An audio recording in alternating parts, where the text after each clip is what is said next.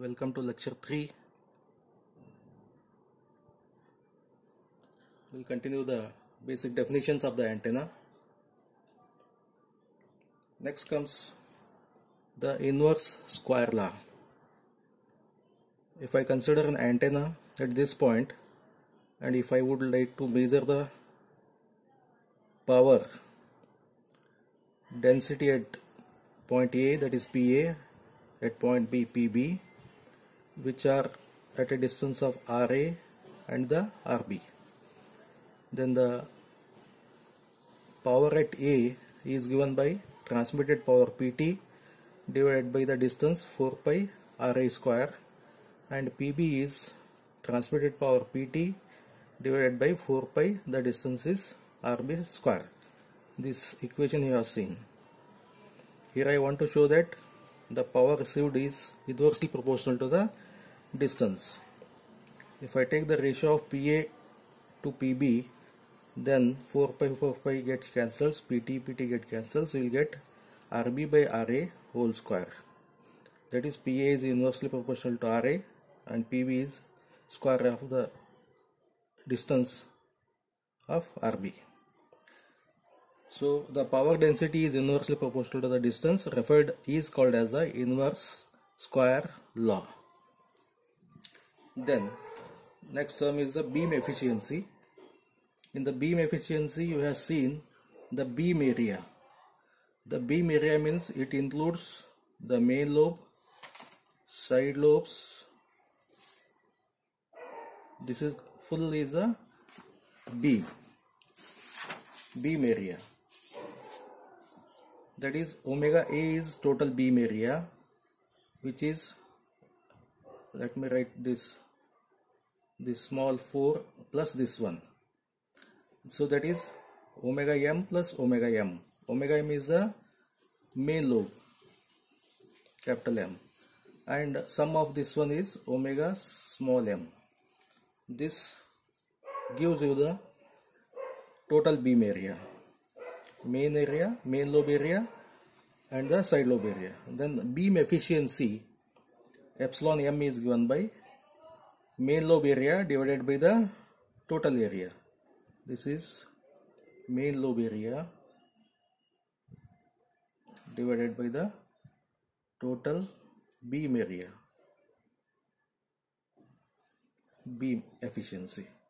So one more definition is, what is the stray factor? That is the ratio of omega m, small m, to small omega A, where the omega m plus omega m, this is small m, is equal to 1. So what is omega m? Omega m is the minor lobe. This is the capital. So I think they are same, it seems. This is also called as a, okay, I will clarify this one later. There is some confusion in the definition. Straight factor, we will see it later.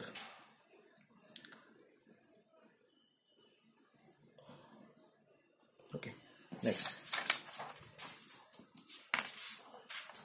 next comes the directivity. So that is how efficiently it transmits the signal or the power in the desired direction. According to the definition, the directivity of an antenna is equal to the ratio of the maximum power density at a point theta phi maximum, which is measured in terms of the watts per meter square, to its average value p theta phi at the same point average over a sphere as observed in the far field of an antenna. Far field means at a distance from the antenna. So p theta max, theta phi max divided by p theta phi average. So definitely this value will be larger than this value. This directivity is always greater than 1. This is always. Okay. So according to definition, average power is given by 1 by 4 pi, because divided by 4 pi gives the average.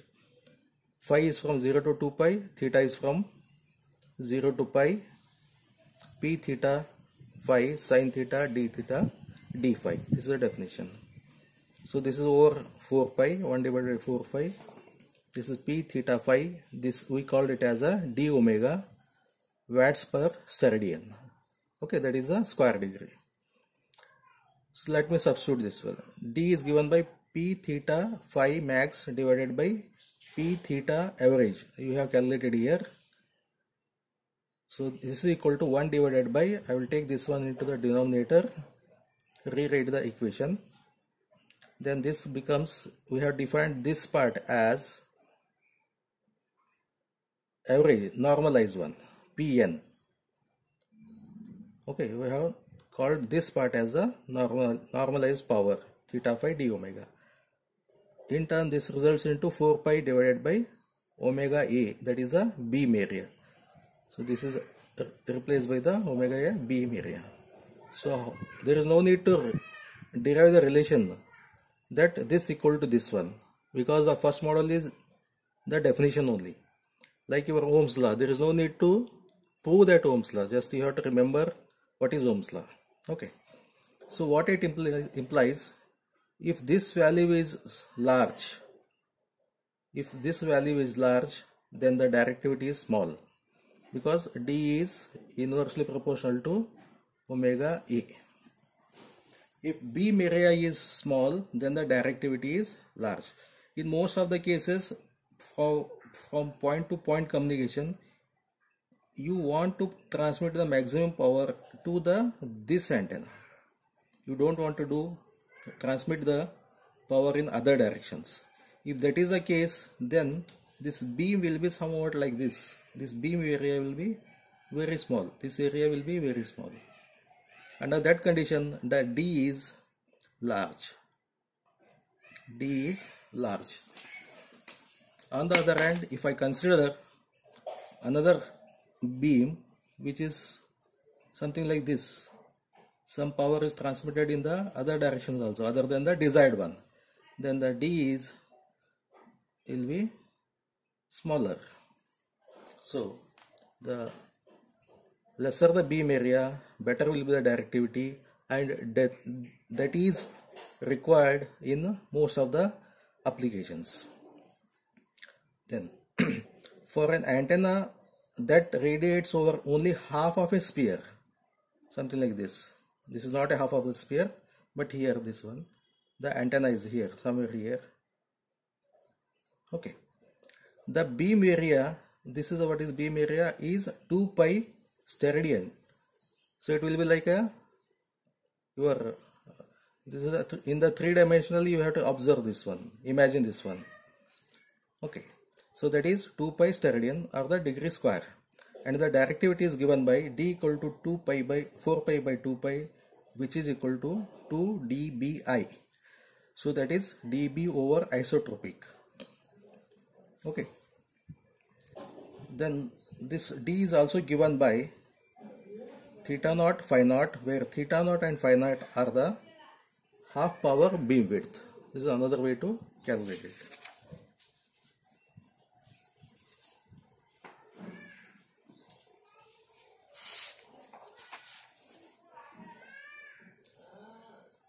Next comes the another definition, antenna gain.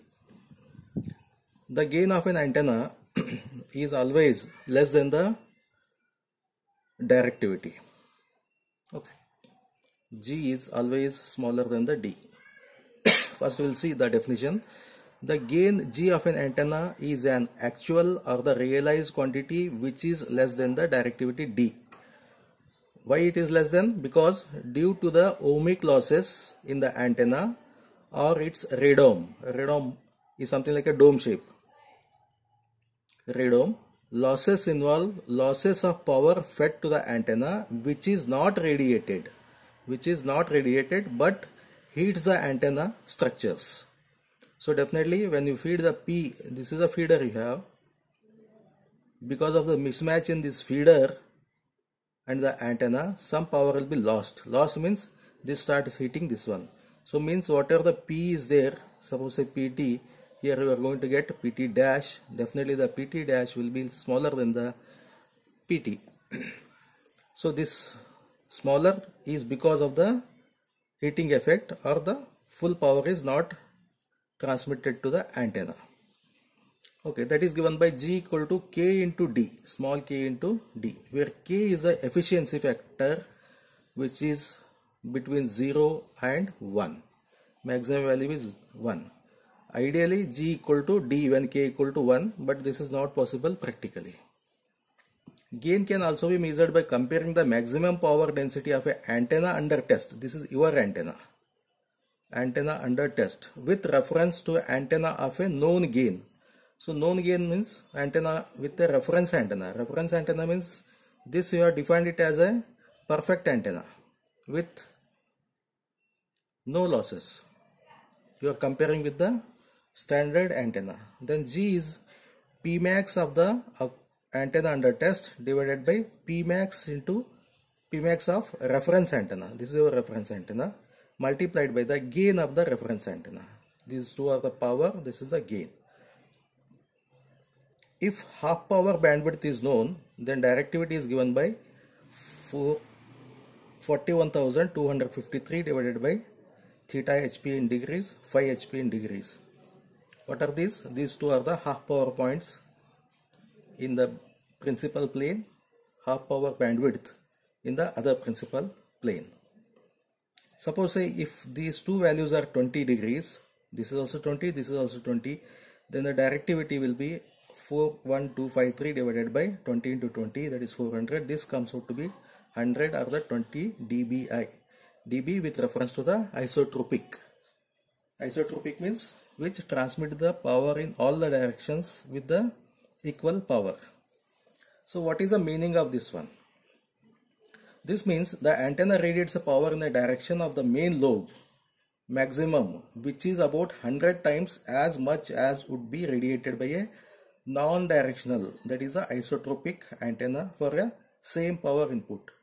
If we have a isotropic antenna at this point, this will transmit power at this point in all the directions. Suppose at a distance of r, you have something like 1, whereas the directional antenna is directivity which will be in only one direction. At this point this will be 100. If you measure the power, this will be 100. In comparison with the isotropic antenna, the directivity of this one is 100 times more than the non-directional antenna or the isotropic antenna. This is for the same power input. Here also I am giving the same power Wt. Here also I am giving the same power Wt.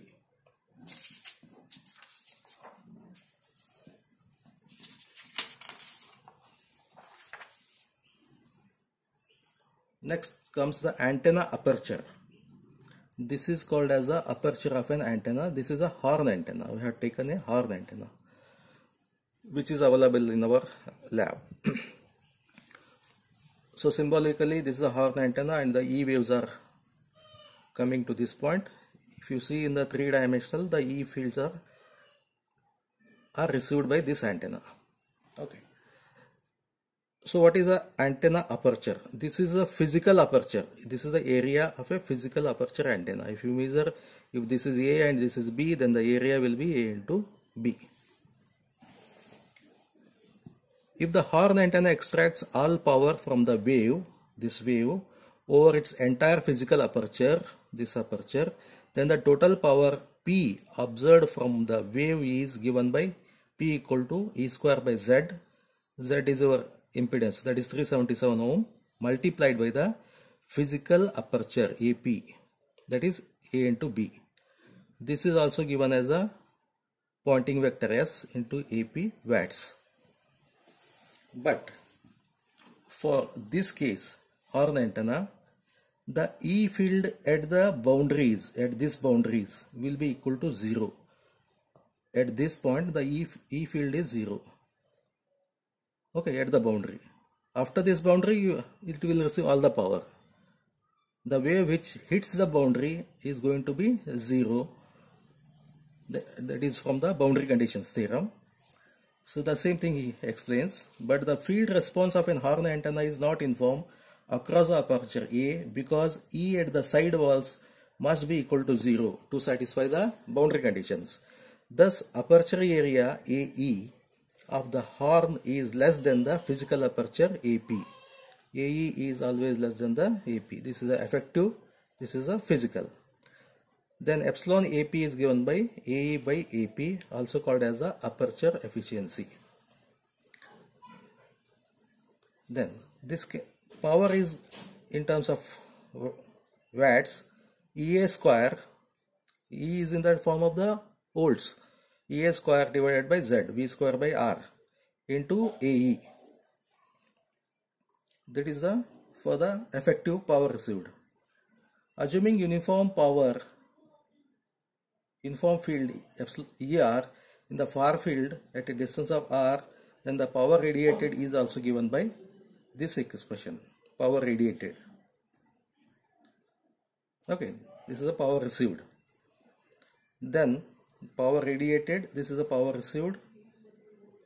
Then equate the 3 and 4, you will get ER equal to EA by R into lambda into AE. So this you will get it by this expression. That is, substitute lambda square equal to AE into omega A. Somewhere we have studied this one. Then in continuation, the D directivity is given by 4 pi by omega A, and if I substitute for the omega A, this will be A by sigma square. This is from the equation 6. Equation 6 we have written here. Then for D equal to 1, effective area will be directivity 1. The effective area will be, you know, the directivity is always greater than 1. For minimum value, this will be lambda square by 4 pi. This results into 0.0796 lambda square. Okay. All lossless antennas must have effective aperture equal to or greater than this, because you are taking the minimum value. The aperture area of any antenna, its minimum value is this one. Okay, definitely if the directivity is more, this is also going to be more in this expression, because E and D are directly proportional. Okay, we'll stop here and continue in the next class.